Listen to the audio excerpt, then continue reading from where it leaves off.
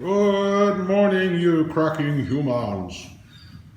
This is your shifter talking from sunny Brisbane. Welcome to another Cycling Maven show. Whee! From the start of our favourite Strava segment, you're watching the Fergo Monogo YouTube channel.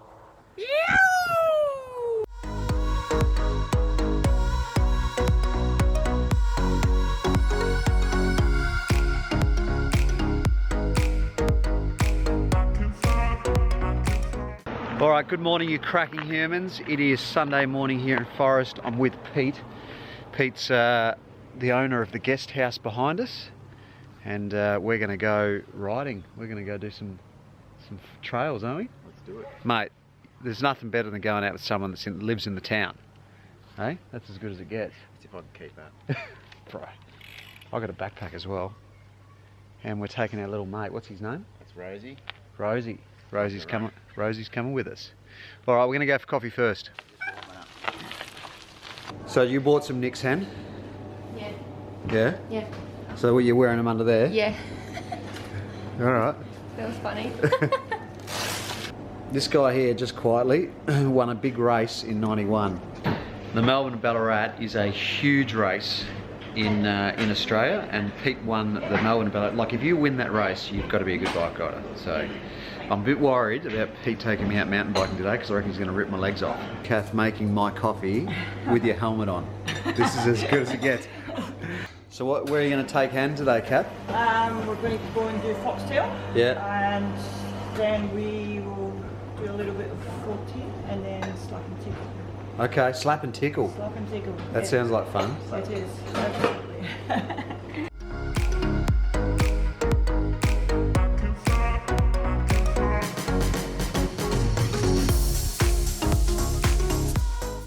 So yeah, we're out on the trail now. We're just heading out along the, what is this, a little fire trail. Yeah. But Hamish is going to take us down to the dam and see the other side. So this is the other side of Forest from where we were yesterday.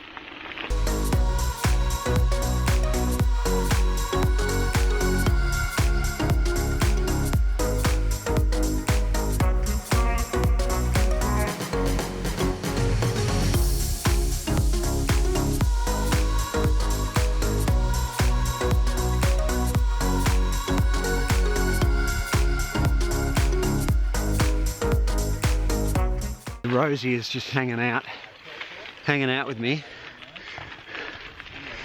She just knows I've got the camera, so she's just like, I'm gonna hang with you, dude.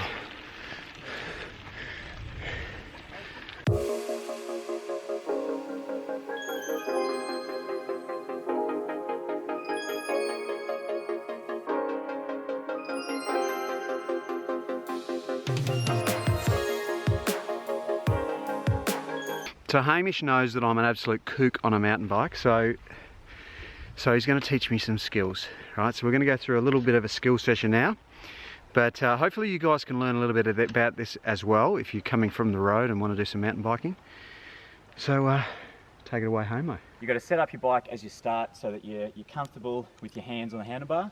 We want one finger on the brake, because mountain bike brakes are a lot more powerful than road bike brakes, so you don't really need, to grab a handful. Instead of having two chain rings at the front, you've got one. Yep. And a 10 at the back. So basically on your left hand side there's no need now for a derailleur here to change between the gears. Yeah, that's right. I run a 1 and 10. Most bikes run 1 and 10 or 1 and 11. And this is just because you don't really need a huge range of gears when you're riding mountain bikes. I mean, I can comfortably sit on 30-35 Ks on a fire road on this bike, but I can also go up 20% climbs. So we don't need a huge thing, and plus when you're racing and stuff, it just cuts out a bit of weight. Try and remember just one thing, and that is your vision. All right, so a beginner mountain bike rider, they'll be sitting on the bike and they'll look at this section, so just a couple of meters in front of the bike. And what this does is, and also tired riders will do this as well, but what it does is it drops your eyes and it really limits your time. Looking, I want to say as far up the trail, but don't go too crazy, 5-10 meters up the trail, you're looking through corners, if you're following a rider, you don't trust that rider. You want to look through that rider to be expecting when they're going to brake and that kind of thing. And it just gives you a lot more time to react, to control your brakes, to get in the right kind of swing of things with your gears and that kind of thing. When you're going up and down hills, you've got to constantly think about your weight, because if I'm going an upper hill, I've got to kind of get into a good balance of, I don't want my front wheel popping up, but I also want to have grip on the back. So you kind of got to push your ass up, sit up here, really tuck in, get low, so that your center of gravity goes down, but you still have maintained good pressure on both tires. Yeah. And then the opposite when you're going downhill. So downhill, you want to have the least amount of weight on the front tire. Just freeze this up a bit. You can go over the logs, you can hit roots, and if your weight's back and you're off the saddle going in descents, it'll just give you a lot more confidence, and you won't hit something and be forced down. You open up your back, and you can kind of go over and it'll be a lot more flowy. And also when you're going over bumps and berms and that kind of thing, you can push your bike down and then bring it back up and suck it up. Yeah. And so that's kind of how you maintain flow going through the trail. Yeah. I've got to do this, Hamish. Yeah, we'll get you over in a second. So a log like this Yeah. looks 10 times scarier than what it is. Yeah. So the way I do tackle these logs for the first time, if I'm a bit worried about it, Yeah. I picture it as dirt. This was dirt. It's pretty much a nice little slope. Yeah. I just roll over it easy as. Okay. So there's just a few things we've got to think about when we're going over a log like this. Like obviously we've stopped, so we're going to analyse some lines. So I mean, there's two main lines here going down here, which shoots you into that corner better. Yeah. It also makes you brake on the log. Yeah. Or straight across here. You don't really lose too much time in the corner, and Yeah. it's a lot quicker over this log. Yeah. And safer, because you can carry a lot more speed. All right, so now it's my turn. Hamish has said I don't have to do it, but I should give it a crack. But he's just shown me a picture of his girlfriend when she first tried it.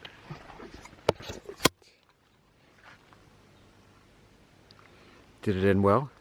She got back up and kept on going, so I'll take that as a win.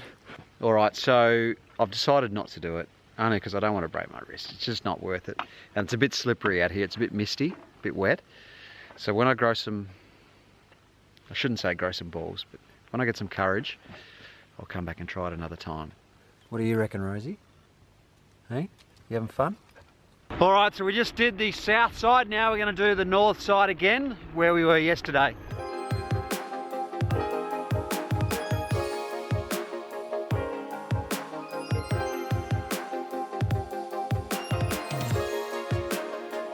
Yeah. Having good form through berms, it'll shoot you way further down the track than if you were to be braking hard or be too high on the bike. Yeah.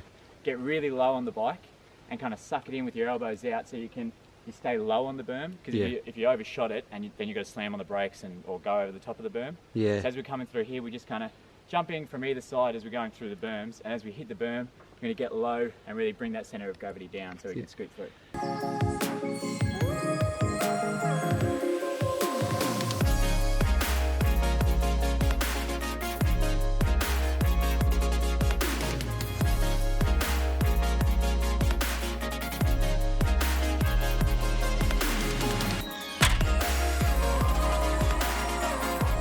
We'll see you next time we're down there. Yeah, no worries. Good on you, mate. See See you, you. buddy. Thanks again. All right, legends. So we're back. I've had a shower. Hanny's chilling here. You. And sitting here with Hamish. So, mate, thanks for taking us out. Yeah, no worries, mate. The cycling community, as far as mountain biking goes, is a bunch of legends, really. So if you're watching this video and you've got a bit of experience, just feel like you've got something to add, by all means, chuck a comment in and open up the discussion, and we'll get this talking. This is an opportunity to share some tips and tricks and things like that. And if you've made a video yourself on how to do some mountain biking skills, tee it off in the comments below. And Hamish is going to start. We had a chat today. I said to him, "Why don't you start a business doing mountain bike skills?" If you guys want to contact him and come down to Forest and do some mountain bike skills, Hamish is your man, because I can tell you something. From when I started today to when I finished, my skills went up from like there to there, or wherever, however much that is. But thanks for having us, bro. No worries, Appreciate it. It's good to have you down. Yeah, it was good. And good work, Hanny. Yay! You. All right, so we can't leave without going down to the lake. It's in a little car park, and then you walk about 1 kilometre from the car park down to the lake. So we just thought we'd check it out, because a few crew said it was pretty amazing. So yeah, We might see some platypus. we might see some platypus.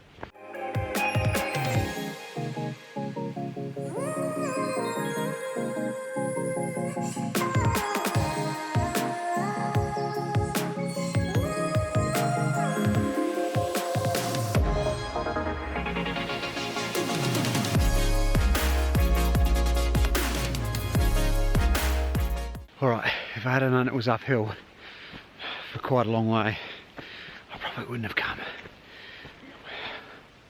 It's very muddy on this trail, and I've got white cons on, so we didn't plan very well for it, and I didn't expect it to be this muddy. But we're nearly there. We're nearly there, I think. All right, we're here. It's just through there. It's beautiful lake, hey? Beautiful.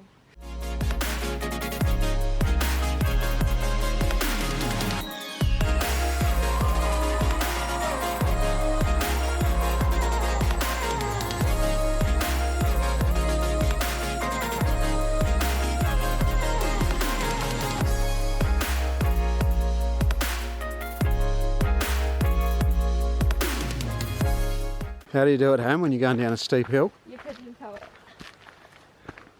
Why? I don't know, I just made it up. It just worked for me. So I'm doing.